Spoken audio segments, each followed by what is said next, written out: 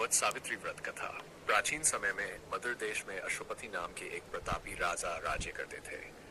उनके पास धन, वैभव और सुख सुविधाओं की कोई कमी नहीं थी, लेकिन उन्हें संतान सुख प्राप्त नहीं था। संतान प्राप्ति के लिए राजा और उनकी रानी ने वर्षों तक देवी सावित्री की कठोर तपस्या की।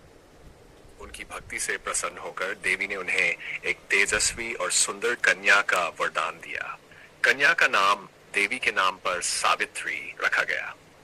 समय बीतने पर सावित्री बड़ी होकर अत्यंत गुणवान, बुद्धिमान और पतिव्रता कन्या बनी। जब उनके विवाह का समय आया, तब राजा अश्वपति ने उन्हें योग्य वर चुनने की अनुमति दी। सावित्री ने वन में रहने वाले सत्यवान को अपने पति के रूप में चुना। सत्यवान शाल्व देश के निर्वासित और अंधे राजा द्युमत्सेन के पुत्र थे। वे सत्यवादी, धर्मात्मा और पराक्रमी थे। जब सावित्री ने पिता को अपने निर्णय के बारे में बताया, तभी देवर्षि नारद वहां आए। उन्होंने राजा अश्वपति से कहा कि सत्यवान सभी गुणों से युक्त है, लेकिन उनकी आयु बहुत कम है और विवाह के ठीक 1 वर्ष बाद उनकी मृत्यु हो जाएगी। यह सुनकर राजा चिंतित हो गए और सावित्री को समझाने लगे कि वह किसी अन्य का चयन कर ले। लेकिन सावित्री ने दृढ़ निश्चय से कहा, मैं एक बार जिसे पति मान चुकी हूं, उसे कभी नहीं बदल सकती।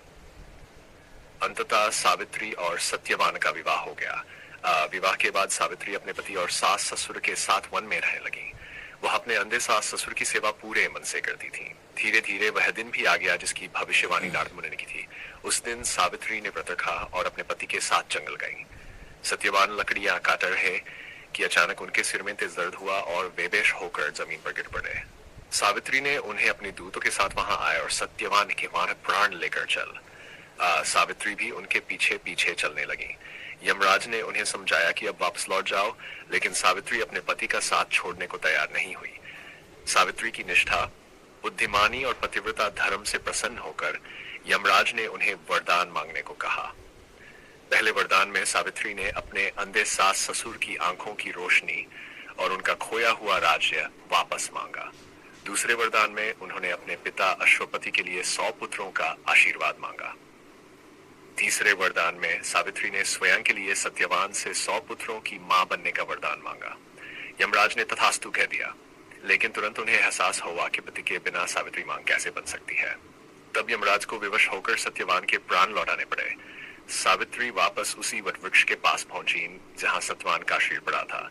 यमराज द्वारा लौटाए गए प्राण शरीर में प्रवेश करते ही सत्यवान जीवित हो उठे। इसके बाद राजा द्युमत्सेन की आंखों की रोशनी लौट आई और उन्हें अपना राज्य भी वापस मिल गया। तभी से वट सावित्री व्रत का महत्व माना जाता है। इस दिन विवाहित महिलाएं वट वृक्ष की पूजा करती हैं, उसकी परिक्रमा करती हैं और अपने पति की लंबी आयु तथा सुख समृद्धि की कामना करती हैं।